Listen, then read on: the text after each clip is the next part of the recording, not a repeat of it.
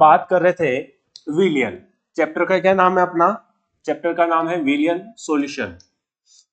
Chapter number first, chapter first है और chapter first का नाम क्या है? विलियन, या हम बात कर सकते हैं सॉल्यूशन। विलियन होता है क्या है? तो हमने सबसे पहले बात करी है कि दो या दो से अधिक पदार्थों का, दो या दो से अधिक पदार्थों का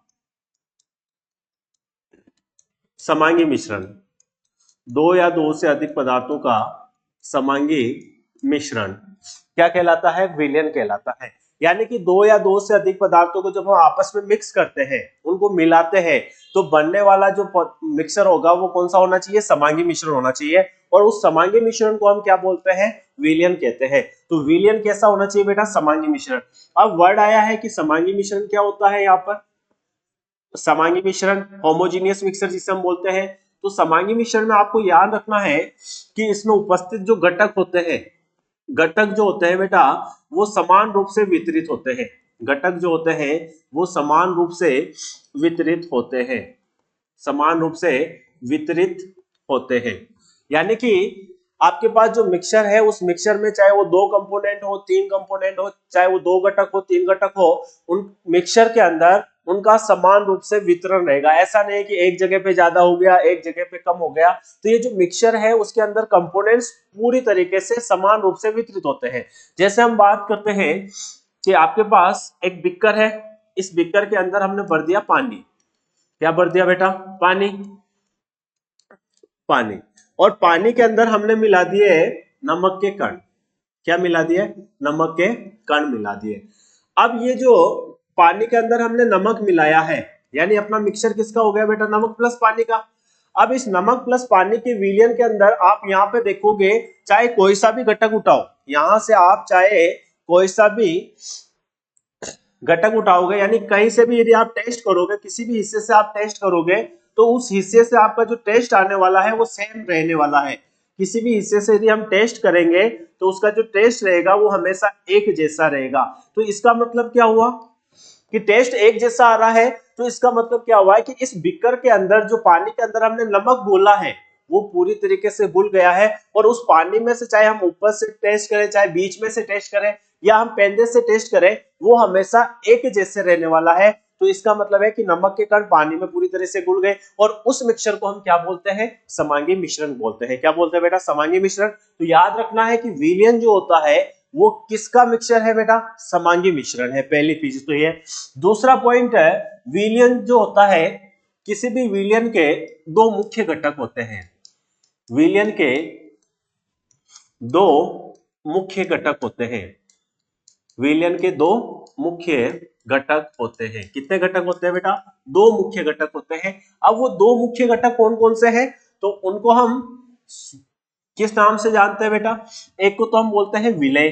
फर्स्ट वाले घटक को हम क्या बोलने वाले हैं? विलय, यानी कि सोल्यूट। क्या बोलते हैं? सोल्यूट। और दूसरा जो होता है वो विलायक। दूसरा क्या होता है? विलायक, सोलवेंट। क्या बोलते हैं? सोलवेंट। तो विलय एंड सोलवेंट की यदि हम बात करें, सोल्यूट एंड सोलवेंट की बात करें, तो सोल्यूट क्या होता है, सोलवेंट क्या होता है? प्रत्येक जो विलियन है, यानी जितने भी विलियन जो है वो इन दो मुख्य घटकों से मिलकर बने होता है। पहला घटक क्या होता है आपका? सोल्यूट होता है, और दूसरा घटक क्या होता है बेटा? सोलवेंट होता है। तो सोल्यूट एंड सोलवेंट मिलकर किसका निर्माण करते हैं? सॉल्यूशन का निर्माण करते हैं। अब सोल्यूट क्या होता है एंड सोलवेंट क्या होता है उसकी हम बात करते हैं। तो सोल्यूट क्या होता है? तो याद रखना है, सोल्यूट यानी विलय का अर्थ क्या होता है कि जिसकी मात्रा कम हो, जिसकी मात्रा विलियन के अंदर, जिसकी मात्रा क्या हो? कम हो। जिसकी क्वांटिटी जो होती है विलियन के अंदर, जिसकी मात्रा कम होती है, उसे हम किस नाम से जानते हैं? सोल्यूट नाम से जानते हैं। और विलाय क्या होता है? जिसकी सामान्यतः मात्रा क्या होती है बेटा? ज्यादा होती है। तो जिसकी मात्रा अधिक हो, जिसकी मात्रा अधिक होती है, जिस पदार्थ की मात्रा अधिक है, यानी जिसमें हम बोल रहे हैं, उसे हम क्या बोलते हैं? विलायक। या फिर हम ऐसा बोल सकते हैं, विलय क्या है कि जिसे गोला जा रहा है, जिसे गोला जाता है, जिसे गोला जाता है। जैसे हमने अभी पानी के अंदर क्या गोला था? नमक को। तो नमक को हम किस में घोल रहे हैं? पानी में। तो जिसको घोल रहे हैं यानी नमक को घोल रहे हैं, तो नमक तो क्या रहने वाला है आपका? विलय। और विलाय क्या हो जाएगा? जिसमें घोल रहे हैं। किसमें घोल रहे हैं बेटा? जिसमें, यानी पानी के अंदर हम घोल रहे हैं, तो जिसमें घोल रहे हैं उसे हम क्या बोलते हैं? विलायक कहते हैं, घोलते हैं। जिसमें घोलते हैं या घोल रहे हैं उसे हम क्या बोलने वाले हैं? विलायक। तो हमने एक एग्जांपल लिया था विलयन का कि नमक NaCl प्लस H2O, ये अपना एक विलयन का हमने सिंपल सा एग्जांपल लिया। तो हमने किसको घोला? नमक को। किस में घोला? पानी में। कम मात्रा किसकी हुई? नमक की। तो नमक को तो हम क्या बोलने वाले हैं? NaCl को तो हम क्या बोलने वाले हैं बेटा? विलय, सोल्यूट। जबकि पानी को यानी H2O को हम क्या बोलने वाले हैं?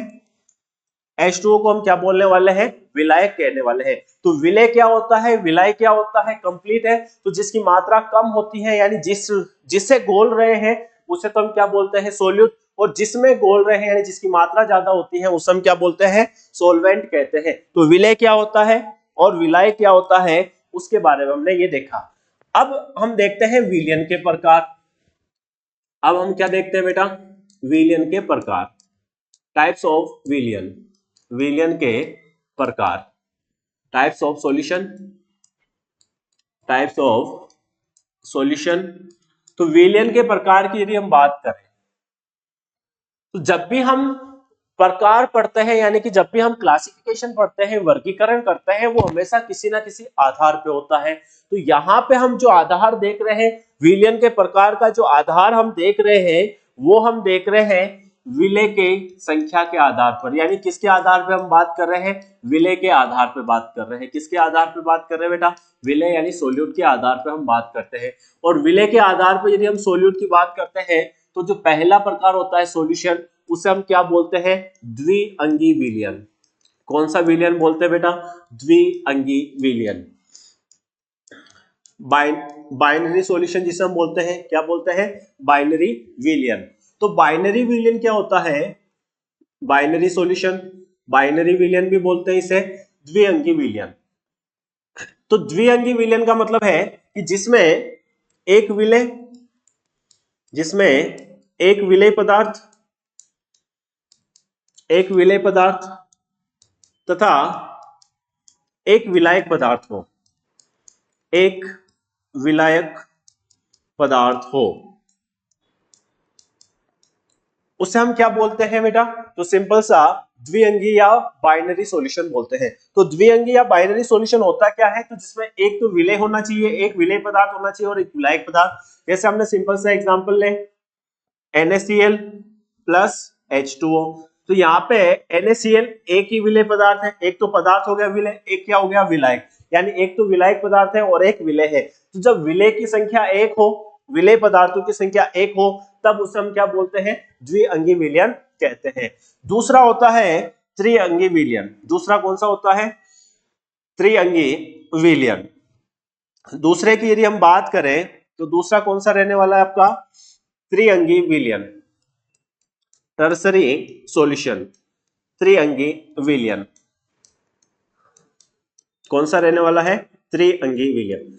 त्रिअंगी विलयन का मतलब क्या होता है या टर्सरी सॉल्यूशन का अर्थ क्या होता है? तो जिसमें विलय और मिला रहते हैं। यानी कि अभी हमने यहाँ पे क्या बात करी थी? NaCl और जल की बात करी थी। अब हम इस नमक में और क्या मिला सकते हैं? शुगर मिला देते हैं। तो यहाँ पे विलय की मात्रा, विलय पदार्थों की मात्रा कितनी हो गई? 2 हो गई। विलय पदार्थों की मात्रा कितनी हो जाती है बेटा? 2 हो जाती है। और विलायक एक ही रहता है। तब उसे हम कौन सा बोलते हैं? त्रिअंगी विलयन। तो त्रिअंगी विलयन क्या होता है? विलय पदार्थ कितने हो जाएंगे बेटा? 2।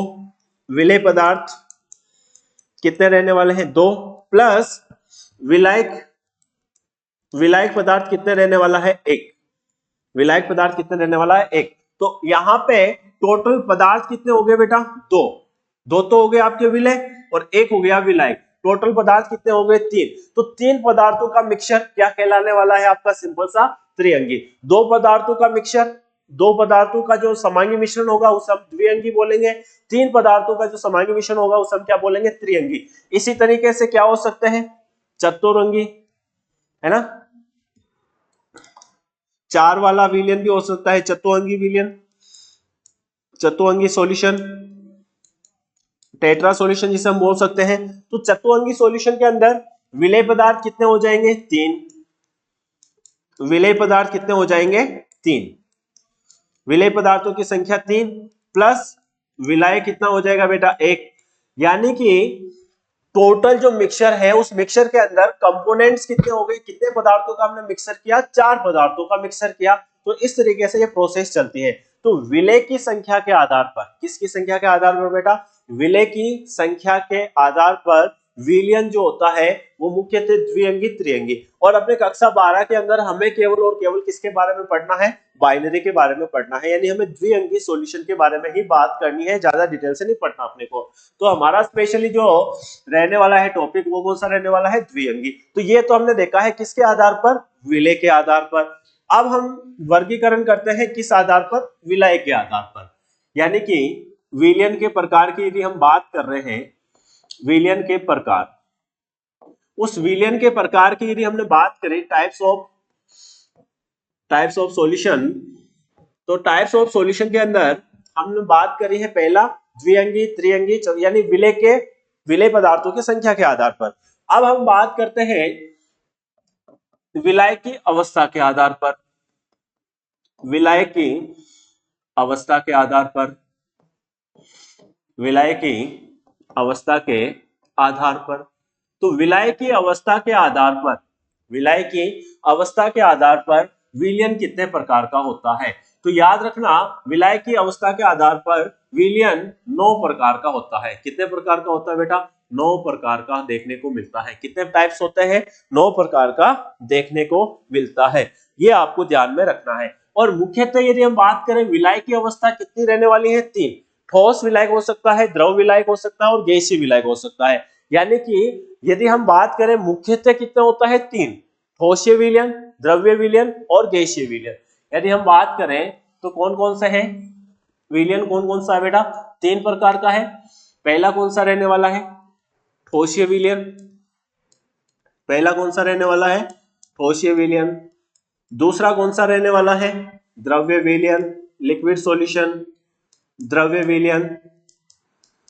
और तीसरा कौन सा रहने वाला है आपका? गैसीय विलयन। कौन सा रहने वाला है? गैसीय विलयन। तो ये 3 प्रकार है। कौन कौन सा है? ठोस है, द्रव है एंड गैस है। तो ठोस यानी सॉलिड सॉल्यूशन, लिक्विड सॉल्यूशन और गैसीय सॉल्यूशन। कौन कौन से सॉल्यूशन है बेटा? सॉलिड सॉल्यूशन है, लिक्विड सॉल्यूशन है और गैस सॉल्यूशन है। गैस सॉल्यूशन, ये 3 टाइप्स है। यहां पे ये जो सॉलिड है विलयन है, ये सॉलिड जो सॉल्यूशन है, इसमें विलाय की अवस्था क्या रहने वाली है? विलाय की जो अवस्था रहेगी, विलाय की जो अवस्था रहने वाली है वो कौन सी रहने वाली है बेटा? ठोस रहने वाली है। यानी कि विलाय के अवस्था के आधार पर इसे हम क्या बोल रहे हैं? ठोसीय विलयन। यहाँ पे विलाय की जो अवस्था रहने वाली है, यहाँ पे विलायक जो रहने वाला है कौन सी अवस्था में रहने वाला बेटा? तो यहाँ पे विलायक की जो अवस्था होगी वो द्रव विलयन होगी, लिक्विड होगी। जब यहाँ पे विलायक आपकी कौन सी अवस्था में रहने वाला है? गैसीय अवस्था में रहने वाला है। तो इस विलाय की अवस्था के आधार पर जो विलयन है वो मुख्यतः 3 प्रकार का है। कितने प्रकार का है? 3 प्रकार का है। ठोस है, लिक्विड है और गैस है। यानी सॉलिड सॉल्यूशन, लिक्विड सॉल्यूशन और आपका गैसीय सॉल्यूशन।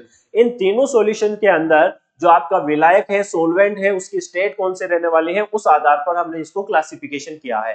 अब यहाँ पे सॉलिड के अंदर, लिक्विड के अंदर और आपका जो गैस विलयन है, इनके अंदर जो हम विलय मिलाते हैं उस विलय की अवस्था भी 3 प्रकार की होती है। यानी सॉलिड, लिक्विड, गैस, फिर वापस सॉलिड, लिक्विड, गैस। तो इस तरीके से टोटल 9 प्रकार बनते हैं। कितने प्रकार बनते हैं? 9 प्रकार बनते हैं। तो टोटल हमें कितने टाइप्स पढ़ने बेटा? 9 प्रकार देखने हैं। क्या देखने हैं? 9 प्रकार देखने होते हैं। तो यहां पे यदि हम बात करें विलय, चलो पहले हम लिख देते हैं विलाय की अवस्था, यानी विलाय किस अवस्था में रहने वाला है। फिर हम बात करेंगे विलय की और उसके बाद हम बात करेंगे किसकी? उसके एग्जांपल्स की, उदाहरण की। तो सबसे पहले विलाय की अवस्था हम कौन सी ले लेते हैं? तो विलायक की अवस्था सबसे पहले कौन सी होती है बेटा? ठोसीय, ठोस अवस्था की विलायक, फिर द्रव अवस्था में, और फिर गैसीय अवस्था में। ये तीन अवस्थाएं हैं। अब ठोस के अंदर विलय की क्या क्या रह सकती है आपकी कंडीशंस, उसकी यदि हम बात करें तो क्या रह सकता है बेटा? गैस रह सकता है, विलय गैस रह सकता है, द्रव रह सकता है, एंड ठोस रह सकता है। क्या रह सकता है? ठोस रह सकता है। ये तीन कंडीशन एक ही बन सकती है, यानी फर्स्ट की तीन कंडीशन, फिर सेकंड की वापस तीन कंडीशन, सेकंड की वापस तीन कंडीशन क्या क्या रह सकती है? गैस, द्रव और ठोस, गैस, द्रव और ठोस, ये रह सकती है। तो गैस, द्रव, ठोस, और तीसरी क्या रहने वाली है आपकी? नंबर 3 गैसीय अवस्था। उस गैसीय अवस्था में भी कितनी कंडीशंस हो सकती हैं? 3। कितनी हो सकती है? 3। यानी विलय क्या हो सकता है आपका? गैस हो सकता है, फिर द्रव हो सकता है, और फिर ठोस हो सकता है। ये टोटल कितने टाइप्स हो गए बेटा? 9। 1 2 3 4 5 6 7 8 और 9। ये टोटल क्या रहने वाले आपके सामने? 9 टाइप रहने वाले हैं। तो इन 9 टाइप के आधार पर अब हमें क्या देखने हैं? इनके एग्जांपल्स देखने हैं। क्या देखने हैं? एग्जांपल्स देखने हैं। अब यदि हम इसके उदाहरण की बात करें तो पहला आपका जो विलयन है वो क्या हुआ? ठोस प्लस गैस, यानी ज्यादा मात्रा में ठोस, कम मात्रा में गैस। इसका एग्जाम्पल आपको याद रखना है। इसका एग्जाम्पल क्या रह जाएगा बेटा? Palladium, palladium plus hydrogen gas. यानी कि पैलेडियम धातु के ऊपर कौन सी गैस प्रोवाइड कर रहे हैं हम? Hydrogen gas. और वो हाइड्रोजन गैस पैलेडियम की सतह पर क्या हो जाएगी? अब्सॉर्ब हो जाएगी। और तो ऐसी कंडीशन में पहला एग्जांपल क्या रहने वाला? बहुत ही इंपॉर्टेंट है। पैलेडियम धातु के ऊपर कौन सी गैस? Hydrogen gas. इसको हम दूसरे चैप्टर में और बात करेंगे ये क्या होता है, तब यहाँ पे हम सी के बारे में भी बात करेंगे। किसके बारे में बात करेंगे बेटा? सी के बारे में दूसरे चैप्टर में पढ़ेंगे। तो पैलेडियम धातु के ऊपर हाइड्रोजन गैस क्या होती है? सतह के ऊपर क्या हो जाती है? अवशोषित हो जाती है। तब हम बात करते हैं ठोस प्लस गैस। तो ठोस प्लस गैस का एग्जाम्पल पैलेडियम प्लस हाइड्रोजन। अब ठोस प्लस द्रव, ठोस प्लस द्रव का एग्जाम्पल क्या रहने वाला है बेटा? ठोस प्लस द्रव का एग्जाम्पल रहने वाला है अम्लगम, धातु अम्लगम। धातुएं जो होती है धातु अम्लगम। ये अमलगम क्या होता है बेटा? यदि हम बात करें अमलगम क्या होता है? अमलगम, तो अमलगम का मतलब होता है एक धातु है बेटा जो द्रव अवस्था में पाई जाती है, जिसे हम क्या बोलते हैं? पारा या मर्क्यूरी, पारा या मर्क्यूरी। तो पारा या मर्क्यूरी का जो सिंबल होता है वो Hg, और ये सामान्य ताप पर, सामान्यतः या रूम टेम्परेचर पर, रूम टेम्परेचर पर ये कौन सी अवस्था में पाई जाती है बेटा? लिक्विड स्टेज में पाई जाती है। कौन सी स्टेट में पाई जाती है? लिक्विड स्टेट में पाई जाती है। अब ये द्रव अवस्था में पाई जाती है, और जब द्रव अवस्था में पाई जाने वाली जो पारा है उसी किसी अन्य धातु के साथ अभिक्रिया की जाती है। पारे की किसी अन्य धातु के साथ, पारे की किसी अन्य धातु के साथ जब अभिक्रिया कराई जाती है तब उसे हम क्या बोलते हैं? धातु अम्लगम। यानी कि कोई धातु है, मेटल है, उस मेटल की अभिक्रिया हम किसके साथ करा देते हैं? Hg के साथ। तो बनने वाला जो प्रोसेस होता है उसे हम क्या बोलते हैं? धातु अम्लगम। क्या बोलते हैं? धातु अम्लगम। अब धातु जो अम्लगम है, इस धातु अम्लगम में जैसे मैंने यहाँ पे ले लिया सोडियम, धातु की जगह मैंने कौन सी धातु ले ली? सोडियम, और इसकी रिएक्शन मैंने किसके साथ करवा दी? Hg के साथ। तो अब किसका निर्माण होगा बेटा? सोडियम अम्लगम का। इसे हम क्या बोलते हैं? सोडियम अम्लगम। इसका क्या नाम रहने वाला है? Sodium, sodium amalgam. क्या कहते हैं? Sodium amalgam. तो अमलगम क्या होता है? क्लियर है? तो सिंपल सा है, किसी भी धातु की अभिक्रिया जब हम पारे मर्क्यूरी के साथ कराते हैं तो बनने वाला जो पदार्थ होता है वो क्या कहलाता है? अमलगम। तो यहाँ पे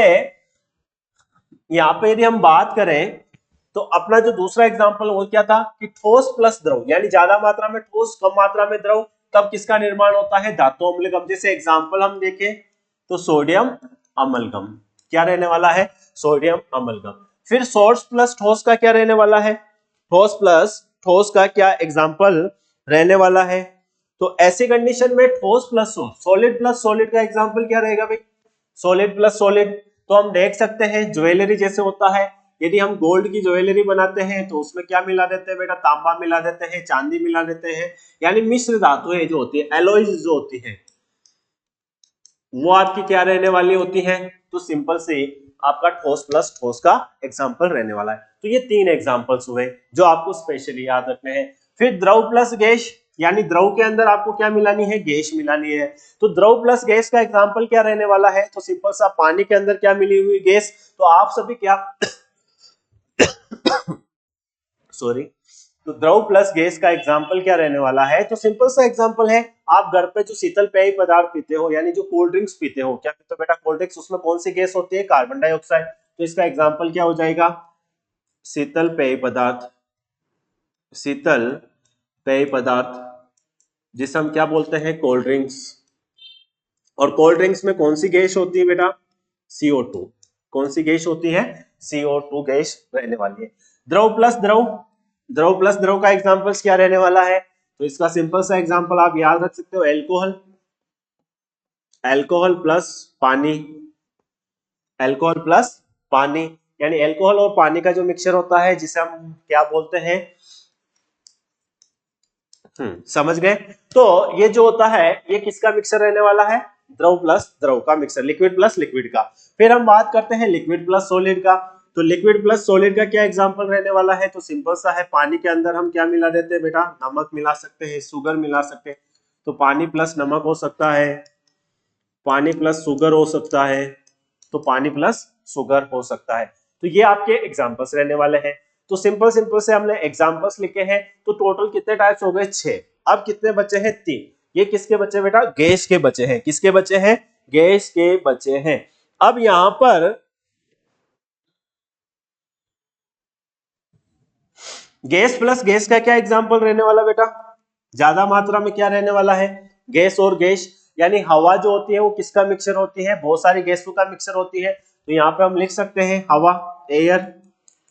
क्या लिख सकते हैं? एयर। या फिर यदि हम एनसीईआरटी के अकॉर्डिंग लिखे तो H2 प्लस N2, या दूसरा हम क्या लिख सकते हैं? N2 plus O2।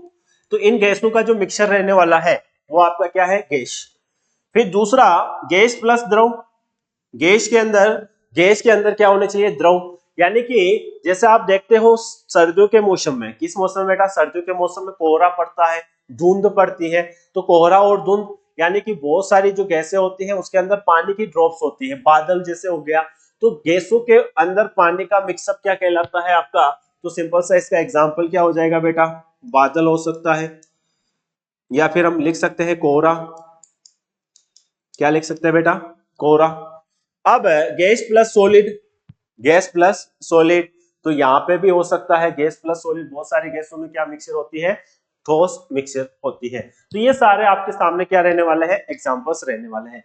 तो ये बहुत ही अच्छा, यहां से आपको एमसीक्यू, बोर्ड में एमसीक्यू देखने को मिल सकता है, या अन्य जितने भी कॉम्पिटिशन्स के एग्जाम्स होते हैं, या फिर कोई दूसरा अदर एग्जाम्स है जिसकी आप तैयारी कर रहे हो, चाहे वो नीट का हो, जेई का हो, तो यहाँ से आपको सिंपल से सिंपल क्या मिल सकता है बेटा? एग्जाम्पल्स। तो एनसीईआरटी को आपको फॉलो करना है और सारे के सारे एग्जाम्पल्स हमने यहाँ पर लिख दिए हैं। अब अगला जो टॉपिक रहने वाला है वो रहने वाला है विलयन की सांद्रता। क्या रहने वाला है बेटा?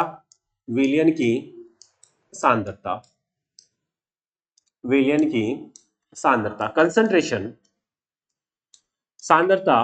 तो सबसे पहले तो हमें देखना है कि कंसंट्रेशन होती क्या है, सांद्रता होती क्या है, कि कंसंट्रेशन होती क्या है, सांद्रता होती क्या है, उसके बारे में बात करेंगे। फिर हम सांद्रता फाइंड आउट कैसे करते हैं उनके मेथड की बात करेंगे। तो सांद्रता होती क्या है? तो किसी भी विलयन में सांद्रता या कंसंट्रेशन की यदि हम बात करें तो सांद्रता क्या होती है बेटा? किसी विलयन में, किसी विलयन में उपस्थित, किसी विलयन में उपस्थित विलेय की मात्रा, विलेय की मात्रा क्या कहलाती है? सांद्रता। तो सांद्रता जो होती है, कंसंट्रेशन जो होती है, वो सिंपल सा उसको हम रिप्रेजेंट करते हैं सोल्यूट की क्वांटिटी से, विलेय की मात्रा से, कि विलेय कितना है सॉल्यूशन के अंदर, विलय कितना है। जितना ज्यादा विलय होगा उतनी ज्यादा सांद्रता होगी। तो एक तरीके से आपको याद रखना है कि जो विलय है उसकी मात्रा ही, उसी की मात्रा, विलय की मात्रा से हम किसको व्यक्त करते हैं, सांद्रता को व्यक्त करते हैं। तो सांद्रता क्या रहने वाली है, विलय की मात्रा। तो विलय की जो मात्रा होती है वही आपकी क्या रहने वाली है, सांद्रता रहने वाली है। तो विलय की मात्रा, सिंपल सा यदि हम वर्ड पूछे सांद्रता का अर्थ क्या हो गया, विलय की मात्रा, अमाउंट ऑफ सोल्यूट। विलय की मात्रा किससे लिखते हैं हम, विलय की मात्रा ही क्या कहलाती है आपकी, सिंपल से सांद्रता या कंसंट्रेशन कहलाती है।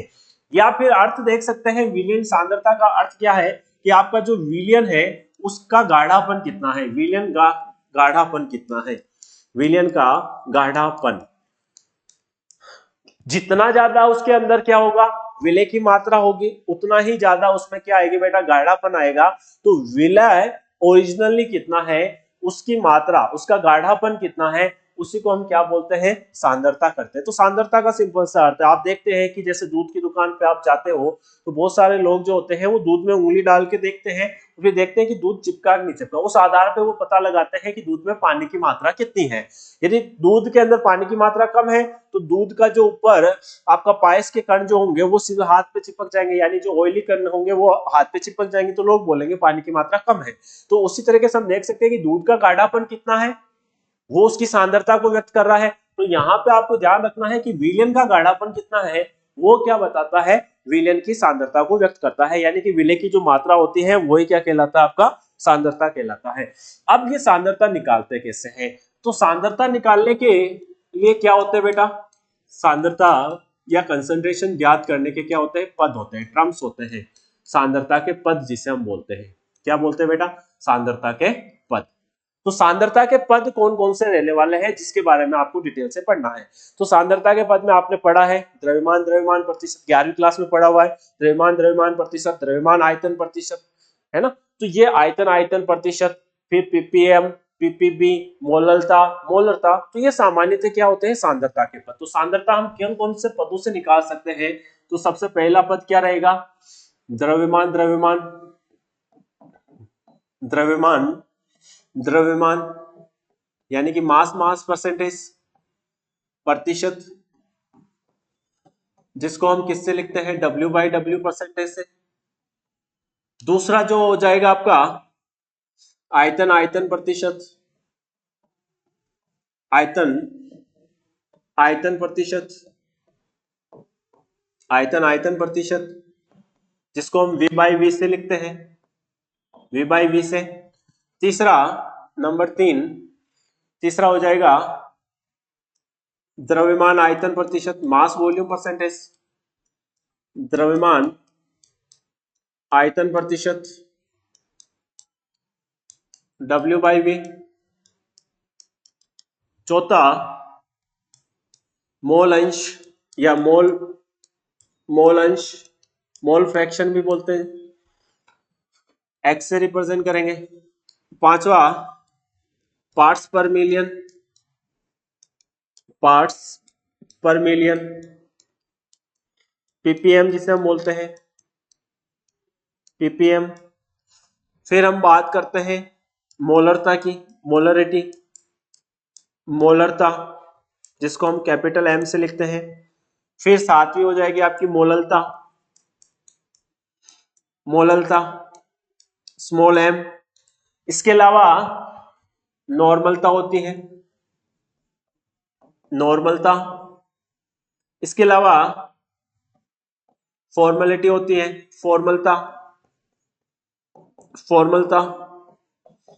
तो ये सारे के सारे आपके क्या रहने वाले बेटा, सांद्रता के पद। यानी कि इतने सारे मेथड्स हैं जिससे हम क्या निकाल सकते हैं, सांद्रता निकाल सकते हैं। अब वो डिपेंड करता है कि सांद्रता के पद कौन कौन से हैं, यानी कि आपका सॉल्यूशन किस प्रकार का है। सॉल्यूशन आपका सॉलिड सॉल्यूशन है, लिक्विड सॉल्यूशन है, या फिर आपका गैसीय सॉल्यूशन है। तो सिंपल सा है, अपने जो 12th क्लास है उसके अंदर हम स्पेशली बात करने वाले हैं आपका जो दूसरा प्रकार है, किसकी बात करने वाले बेटा, हम दूसरे प्रकार की बात करने वाले हैं, यानी कि द्रव वाला, जिसमें आपका विलायक स्पेशली क्या रहने वाला है, लिक्विड रहने वाला है, और उसके अंदर हम गैस, द्रव और सॉलिड, इस तीनों की बात करें। तो अपने 12th क्लास के अंदर कौन सा है, द्रव्य सॉल्यूशन है। कौन सा बेटा? लिक्विड सॉल्यूशन है। तो द्रव्य विलयन या लिक्विड सॉल्यूशन, उसके बारे में हम डिटेल से यहाँ पर बात करने वाले हैं। अब इन पदों की सहायता से हम क्या फाइंड आउट करते हैं बेटा? विलयन की सांद्रता। अब इसमें कौन सा पद कहाँ पे यूज करना है, तो इसको हम डिटेल से एक एक करके पढ़ना है। तो अपनी जो नेक्स्ट क्लास रहने वाली है उसके अंदर हम किसकी बात करने वाले हैं? सांद्रता के पद, यानी W/W क्या होता है, V/V क्या होता है, या फिर W/V क्या होता है, ppm क्या होता है, ppb क्या होता है, मोलरता क्या होती है, मोललता क्या होती है, इनकी हम डिटेल से चर्चा करने वाले हैं। इनका यूज कब करना है, इनके न्यूमेरिकल्स कैसे आते हैं, यहाँ से न्यूमेरिकल्स बनते हैं, बहुत आसान आसान न्यूमेरिकल। तो ये आपके लिए, तो नेक्स्ट क्लास आपके लिए बहुत ज्यादा इंपॉर्टेंट रहने वाली है। तो क्लास को शेयर एंड लाइक जरूर कीजिएगा। Thank you.